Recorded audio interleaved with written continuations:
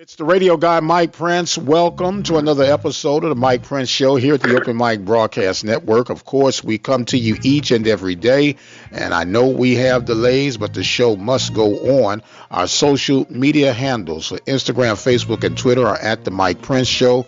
The YouTube channel is Open Mic Broadcast Network, and of course, our 24-hour dial-in message line is 713-570-6736. With all that being said, we're going to jump right into today's episode. Today, we are fortunate to have one of the hardest working men in the Southwestern Athletic Conference. He serves as the Sports Information Director at Alabama State, and I'll present to some and introduce to others none other than Brother Travis Jarome. How you doing today, sir? Good, Mike. How you doing today? Man, I'm doing real good, man. Let me say first, thank you for making yourself available. I know it's been chaotic this last week. Who would imagine in all the years you've been involved with athletics that you would have what you have? But as I stated in the introduction, the show must go on, right? It always does. Nothing ever stops. We just act like it's May now, and we start getting ready for fall. Absolutely, absolutely. Now, a lot of people who really just look at sports as possibly a box score or a little press clipping of what has been released the day before, even the week prior to. It's more to it than meets the eye, is it not? There's so much more that goes into what happens at a game. You see teams that go out and you always hear the old saying, games are won at practice, not during the games, because you can't make adjustments. You have to prepare ahead of time. That's exactly what we do day in and day out. It's a grind. It's got to be something you love to do. If you're just in it to watch sports, you pick the wrong business to get into. Absolutely. Now, a lot of people don't realize in order to be qualified as a Division I program, you have to have 14 sports. But you're one of the few. You have 18 sports involved. And let's be honest, sometimes in many cases, it's a one-man shop. And you might have an agent or two to help you out in a part-time atmosphere or assignment.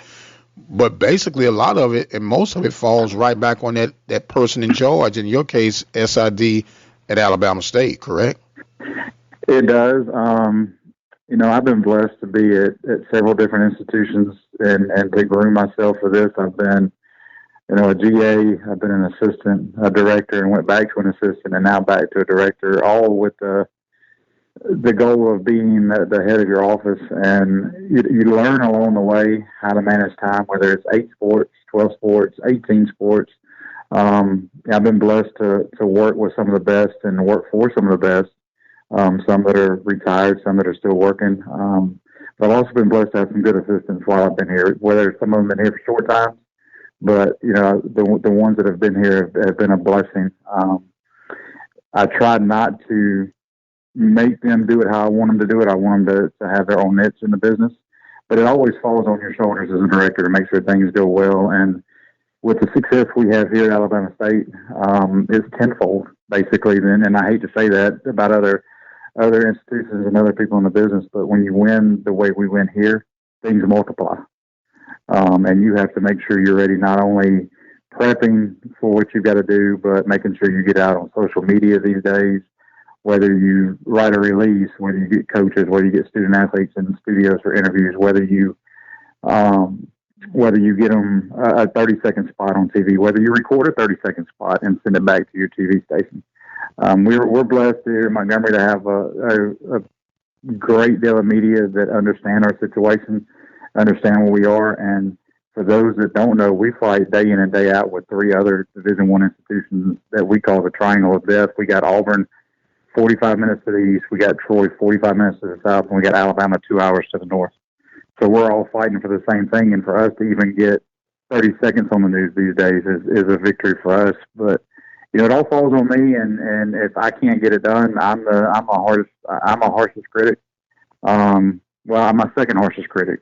I think my harshest critic, I would say, was my wife, but now it's my 11-year-old at home that says, "Daddy, I don't never see anything about Alabama State. Did y'all win or lose?"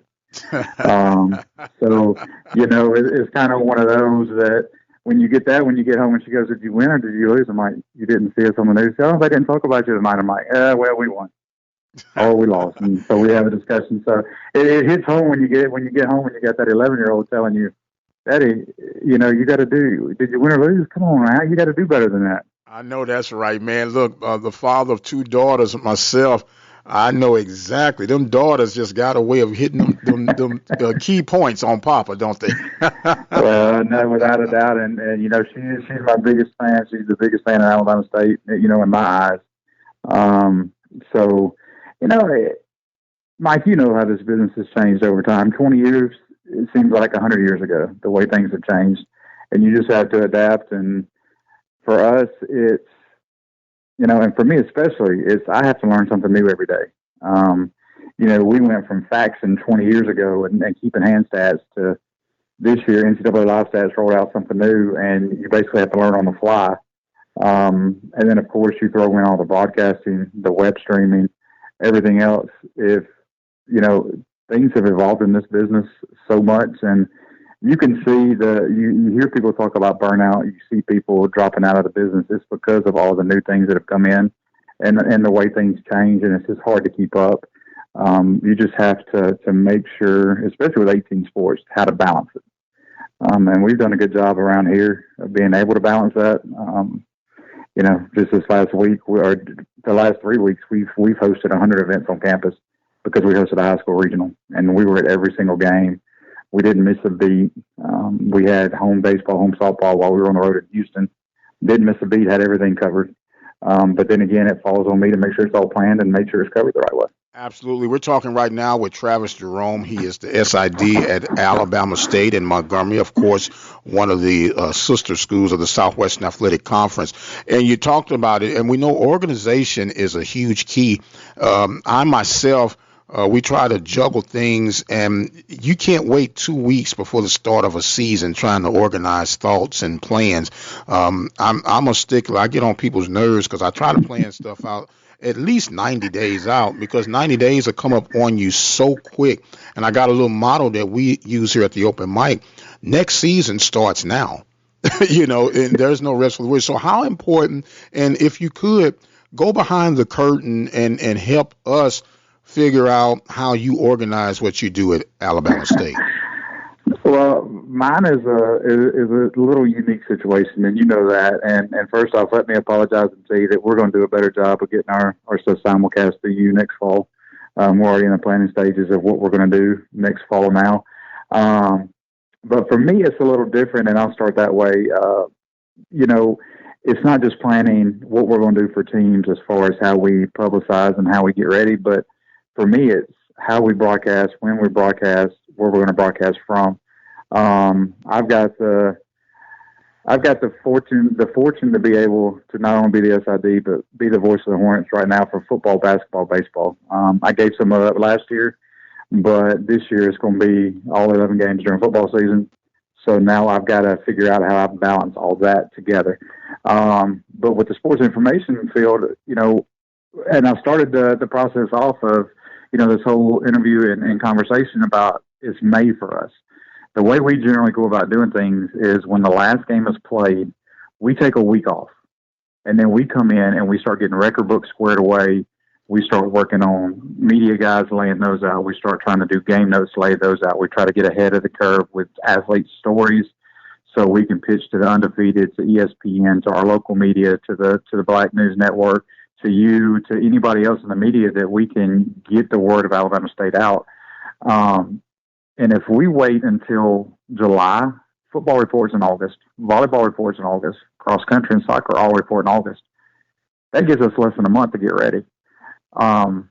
Athletes don't wait until July to get ready for an August season. They're preparing year round, or we've been preparing year round. Football gets over, we try to update those player statistics in the game notes section and rip those pages out so we have them for record book issues, for game notes, for media guys. So all it is a copy and paste. Same thing with basketball. Same thing with baseball. This year with cross-country track and field, we started doing performance lists, which we've done everywhere I've ever been. We just haven't had the staff to do so. And now with a couple of GAs and a full-time assistant on board, we're able to do these things. Tennis, same thing. We're able to go back and pull career results. So for us, this week was our spring break anyway. So we're taking this week to gradually just get our feet back under us, catch our breath, get ready for next week. Because once next week gets here, if anybody walks in our office, they're going to see 2-3 computers on everybody's desk working. They'll have one that'll have stats for the year, one that'll have our website open, and one we're actually working on. So we don't have to continually just close windows down and open new windows up. Our goal is to be finished by May 1 with all of this.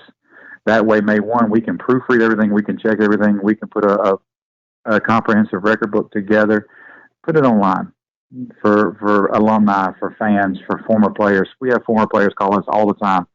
Hey, my record's not in the book. This is what I have, blah, blah, blah. Can you check it for me? We try to take that time. It's, for us, we've had so many Hall of Fame, county Hall of Fame members from high school, people being inducted into the Alabama High School Athletic Association Hall of Fame, people get inducted into the SWAC Hall of Fame. That helps us at the end of the day, because that makes us have to dig into those record books. And if it's not there, we have to go find it. But like today is kind of, it's easing into the transition period. We're trying to close out the seasons, which we would normally do 2-3 days out after the seasons are over. Now you pull the curtain back and people want to know where did all this information come from? Where did all the, how did the media get this information? That's what we do for 3 months. We compile all this stuff, and then ESPN calls, hey, we're covering your football game at Texas Tech second week of the year. Can you give us some stories? Give them 12 stories and let them choose. And you do that the first week out, the first week of the season before the season ever starts. So Tuskegee, you're getting ready for Tuskegee, but you're also balancing week 2 and week 3. Absolutely. Especially if it's a TV game. The TV games, you have to be prepared. And it's not just for football, it's for volleyball. We host a big tournament in volleyball at the beginning of the year, the SWAC MEAC Challenge. We usually host that tournament. So we're trying to get ready for that, trying to lay everything out. The only thing that we lack going in to this period we're talking about are rosters with numbers, because things change, especially now with the transfer portal. We have to be on top of it. We have to work with compliance to see who is signed. We have to work with coaches. Hey, can you give us jersey numbers? Hey, can you get us bio information? We try our hardest to make sure all of our kids are updated bio-wise. And unfortunately, we're going to do that today with track and field and bowling, even though bowling is, would have finished up this weekend. We finally were able to finalize all their bios. Track and field, we finally were able to finalize all their bios. So you're talking 300-plus athletes that we have to know not only by face and by name, but by information. Yes, sir. It's as you say, a mouthful, a handful, a buggy full of assignments that have to be fulfilled. We're talking right now with Travis Jarome SID at Alabama State. Now, Travis, I know beyond a shadow of a doubt, you have more than enough people that want to tag along for football. They want to tag along for basketball. They want to tag along for even baseball. But you have to look through the weeds and beat the bushes when it comes to your Olympic sports, such as tennis, track and field. And not maybe as much as track and field, because some people find some vainglory in that. But cross country, golf, bowling. It's almost like trying to find a needle in a haystack to get people consistently covering that, because everybody want to start off on Saturdays for kickoff in the fall, but they got to build their way up to that opportunity, right? They do, and luckily that's why, when as starting out as a student assistant GA and then as assistant, you learn those things, because I'll take it back to Troy at the Division I level. When I was an assistant there, I was in charge of everything but football and baseball and basically men's basketball, even though I had it for half a year, doubling women's basketball. You learn then, hey, not everything is football. I had volleyball. And so when volleyball was playing, football was playing on the road, I couldn't even keep up with football because volleyball was so fast-paced at Troy. So it benefits to be able to have students and GAs that you can get in here. Like, for instance, our graduate assistant now, Daquan Lee, came in, and, the first thing he asked was, hey, do I travel to the UAB game, the season opener? And we dropped it on him and said, no.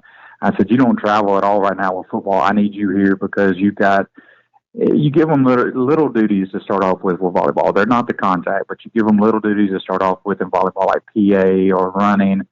And then you give them a small sport if you think they're ready. Like Daquan handles soccer for us. Inputted every soccer game. Had never inputted a game before. We sat down with him, showed him how to do it. And then after 2 home games, we left him alone. He was able to do everything, input, PA. But you don't find those everywhere. I've been fortunate everywhere I've been to be able to find those people. And some of them think it's a punishment when you stick them with a cross country, or you stick them with a volleyball, or you stick them with a soccer. But I tell them at the end of the day, we wouldn't be here if it wasn't for our student athletes. And our programs need the coverage. And I said, to be honest, your job is harder than mine. I said, mine for football, people call me for stuff. You for volleyball, you for soccer, you for cross country, you have to be able to tell the story. Right. Because they're not going to come out here every day like they do for football. But, just being the guy that has oversight of all of that, you have to stay on them.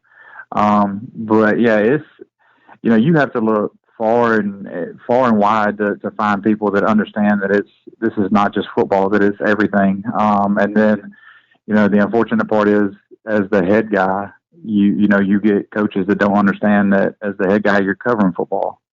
And you may only have one other person that's trying to help you with 3 other sports in the fall. But, at the end of the day, we do our best at what we can do. We get good coverage across the board on everything. Luckily for us, we've been able to find those kids that have wanted to do it. We're in the process now of looking for another GA in the fall to help us with volleyball. We want somebody with volleyball experience. That way we have an extra hand because, of course, football, I'm on air, and it's tough to do play-by-play for football and be the primary contact for football at the same time, especially a TV game. But, DeQuan will be back. He'll do soccer again. We'll have another GA that'll handle volleyball, and then our top assistant will help me with football, but he'll also do cross-country in the fall. That way he's getting ready for basketball. We just have a lot of crossover, and then you have people that want to go with basketball. But at the end of the day, with basketball, you got bowling playing, you got golf going. And again, DeQuan handles both of those. He handles bowling and golf, which as a GA, you would think, no, you can't. There's no way he can do that. He handles it. We help him a lot with it. But at the end of the day, he knows when events are, and he knows what he's got to do for those events, and he gets it done. The assistant I just brought in January he was at Troy. He's been at Mercer. Jay Sanders. He understands that he came in and knew what his sports were. I gave him women's basketball, volleyball, and softball to start because those are our 3 major women's sports. And he's taken them, hasn't questioned anything, hasn't questioned any motives, hasn't questioned why he got those sports. And when I first got to Alabama State, that's what I was assigned because I came in as an assistant. I wasn't always the director. I came in with a job to help transition the office. And, I let the director job at Tuskegee to come be the assistant director at Alabama State. But at the end of the day, I knew what my role was, so I was able to ease into it. Football was football. I just kind of stayed in the shadows and told Brian Howard, who's at FAMU now, if you need anything, let me know. And that's what everybody here does. If you need some help, let me know. Man, this sounds like a well-oiled machine working for the common cause of ASU sports. That's why you say ASU Sports Network, because when you time people from different angles, it takes more than one to perfect anything on the outside looking in on a job being well done. Now, I'm going to ask this question. The NCAA sometimes put out regulations on what your limitations are as far as coaching staffs, and they don't do it for budgets. That's a whole nother topic. Do you think there should be some type of mandate required for D1 programs at least to have a certain slot or number of slots for SID department? That's always been a long discussion and a discussion that's been had by several people. Power 5s are Power 5s. They're going to have 5 or 6 full-time people. When I was at Troy, it was a 2-man shop plus a lot of GAs and students.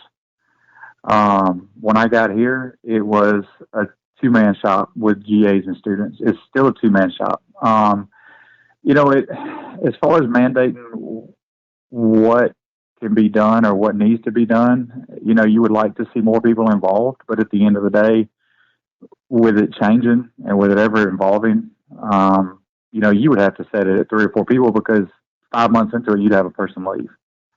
Or 2 weeks into it, you have a person leave. It's just hard to say. A lot of it depends on the work ethic of the person that's doing it. I was a 1-man shop I've been in this thing 18 years now. I've been a 1-man shop, 10 of them. And I've had one spot I had 8 sports, another spot I had 14 sports.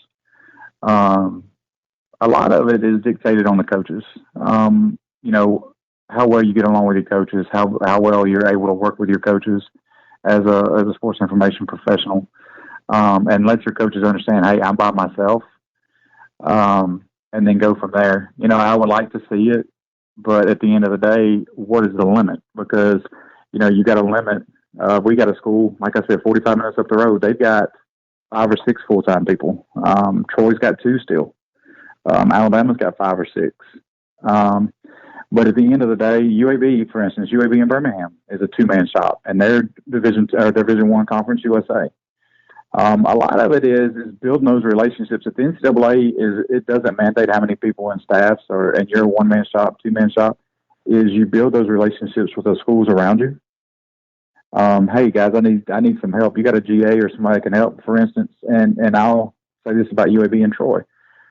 UAB 2 years ago, we kind of traded off. We had events when they didn't have events. They would send one of their GAs or assistants down here. When we didn't have an event, I would go. If we didn't have football, I would go up and input football games. Same thing with Troy. We flip. If they need some help, we go help them. If we need help, they come help us. At the end of the day, we're all in it together, and there's schools that are close enough to help each other. So really, there's really nothing that is stopping you from doing what you want to do except being able to pick up the phone or email. So in translation, don't isolate yourself, and you have help beyond what you actually realize. And I think sometimes the human nature is people will look at a situation and figure, what can they do? It's just like if you ask the average person, I need $1,000 by what's today? Well, we'll just say by Wednesday at noon. Right. And so what they're doing, they're wasting time looking at their accounts and there's no way I'm going to come up with this. Instead of reaching out, trying to find 10 people who can give you 100, 20 people who can give you 50, or, you know, however the case would be, to build up to that and realize that there are more hands on deck than what you realize, but a closed mouth does not get fed. Exactly. And for years, and I'll be the first to tell you, for years, I thought it was always a competition. If I'm at Troy, I thought I was always in competition with Auburn, Alabama. If I'm at Alabama State, you feel like you're in competition with Alabama A&M or, you know, with South Alabama or Troy in-state, but you're really not. Everybody is doing the same thing. We're all in this field together. We're all in this business to do the same thing. In the SWAC, we're not all working against each other. If people only knew that we actually talk to each other behind the scenes, email each other, ask questions. You know, if an SID from this conference asks me, hey, can you send me something? Can you send me a template of your game notes? Guess what? I pull a template and I send it to them. I have no problem doing that because at the end of the day, if it helps them promote their student athletes, that's what we're in it for. This network that we have in this conference is tight. It needs to expand in some areas. Some need to get more involved in COSIDA because that gives you that national angle where you can pick up the phone. I can pick up the phone right now. I can call Adam Pendergrass down at Troy. We talk 2 or 3 times a week. I can call Shelley Cole or Kirk Sampson up at Auburn and ask them questions. I can call the entire staff at Alabama if I needed to and ask questions. I go up there every year and score regional and super regionals, not to get paid, but to network, to build that network, to be able to get some things. I can call Brian Freeman or Kevin Beasley down at South Alabama, and we go. But those relationships have been built over time. It's not a blind phone call. Absolutely. And they're willing to help me. I'm willing, and I tell them every time, if you ever need anything, please don't hesitate to ask, even if it means me having to drive to Mobile, even if it means me having to drive to Tuscaloosa. I'll get in the car and go help. I mean, that's what we're here for. For instance, I'll give you one even better, Mike. I'll give you Jasher Cox, who's now the AD at Lincoln Memorial. He took my spot at Tuskegee. We talked 6, 7, 8 times a day. He's the AD at Lincoln Memorial. He still answers my phone call when I call, or he'll call me and I'll answer his phone call. So those are things that you have to remember if you're going to continue to get better in this business and want to continue to grow and continue to put the spotlight on your student athletes, which is what we're supposed to do. That's what you have to do in the long run. Yes, sir. If I'm hearing the Underground SID Coalition. That's exactly what it is. You have to build it and you have to keep it going. And I'm not, for years if I would call somebody and ask advice, I would never tell somebody else that I called another school. But now, I mean, it's this day and age. That's what you have to do. Right. We're speaking right now with Travis Jarome SID at Alabama State. A lot of good information that you're sharing with us. And let me ask this: in the role of helping to get your message out. How important is it for you to have open dialogue with outside entities? We know the big boys, the ESPNs, the CBS, the Fox, NBC Sports, and all the other major networks. But when you get a little old network like an open mic, how important are those entities to have to help put legs to your stories? It's probably more important than dealing with the big boys. I tell people all the time, and it's reiterated by our athletic director, Jennifer Lynn Williams, that, answer your emails, answer your phone calls, answer your texts, return them. If you don't know the answer, say, hey, I'll get back with you. And if you still don't know the answer, build that relationship with them. I mean, you text me, you call me, and if I can get you, I can get you. If I can't, I can't. But the bigger thing is being able to have that platform. So many people point to, I got this many followers on social media. Oh, well, I got this many on Facebook. I got this many on Twitter. But if you go back and you really delve into who's following you, not all of those are real accounts, and not all of those follow you every day.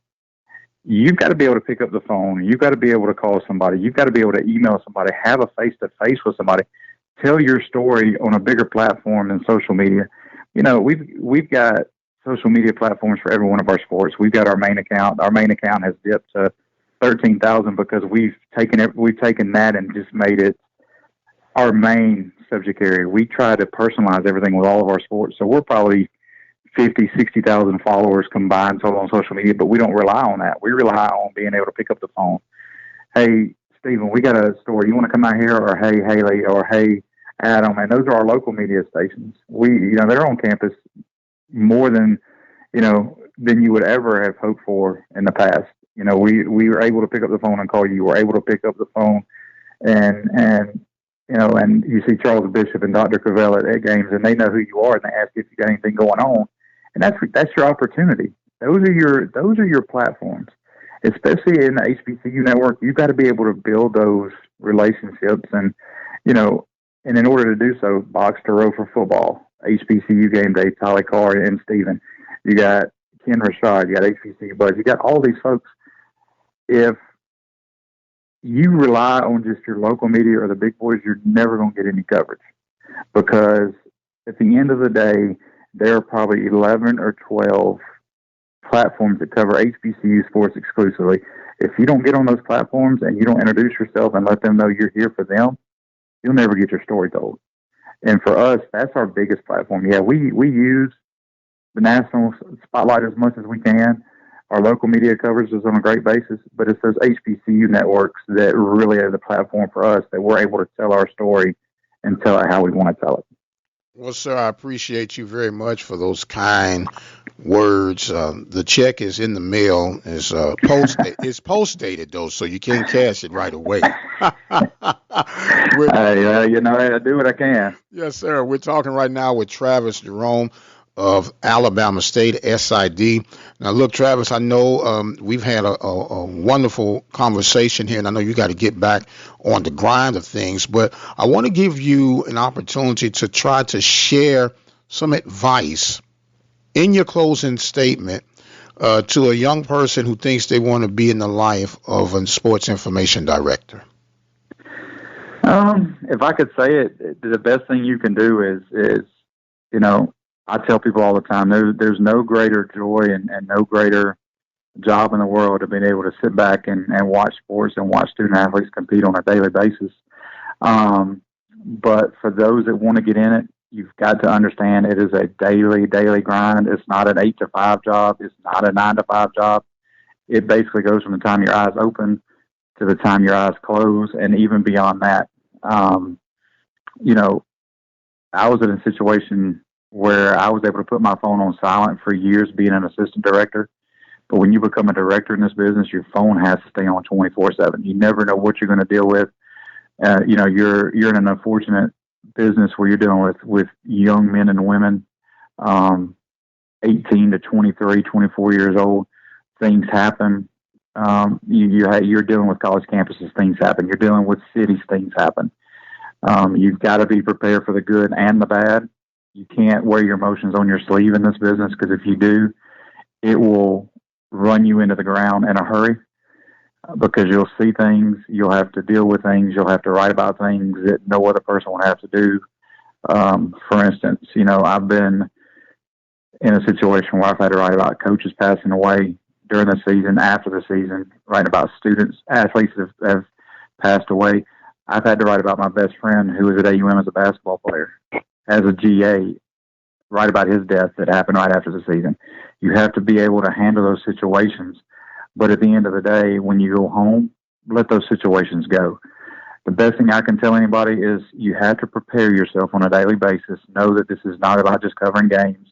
This is a lot of different things that will go into it. You've got to be able to learn things on the fly. You got to be able to know how to broadcast. You got to be able to know how to shoot with a camera now. You've got to be able to know how to input stats. You've got to be able to write. But the most important thing is you have to be open to learning. If you're not open to learning, you're not going to survive very long in this business. I've been fortunate enough to be doing this as a student and to where I am now since 1997.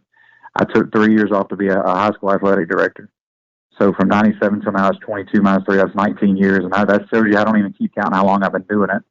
But to be able to stay in it to where we've gone from handwriting stats and faxing them to news to actually learning what the internet was, to being here when Facebook opened up, to now you have to learn how to do social media. Oh, hey, you got to broadcast too, or hey, you got to shoot. I need you to shoot this game. You've got to be able to adapt. And if you can do all those things, and you can put your mind to it that, hey, I know this is not going to be an 8 to 5. There's no reason for me to wear a watch to work. There's no reason for me to have a clock in my office. Then you'll survive this until you're ready to retire. Very well put, my friend. And I want to thank you again for making yourself available. And thank you for answering my texts and my calls, man. I know we are small fish in the ocean, but we are still swimming. And I appreciate you so much, my friend. Mike, anytime. You know that all you got to do is call me or text me. Oh, no doubt, man. You've been solid to the core, and we definitely appreciate you. Travis Jarome of the Alabama State Hornets. And I'm going to give you this shouting part on behalf of my Panther Nation. I don't know what they're going to do about this Commissioner's Cup now. but I guess the world may never know, huh? The world may never know, and, it was a little tighter this year, but, the way I look at it is spring had just started, so where we're going to go with that one. I'll just leave that one where it is. Oh, man, look, I appreciate you very much, Travis. No, anytime. I am the radio guy, Dr. Mike Prince. We want to thank you guys for joining in with us on today. Don't forget, our YouTube channel is at the Open Mic Broadcast Network. I am going to exit stage left for right now, but until the next time, you guys be blessed, and we'll see you on the other side.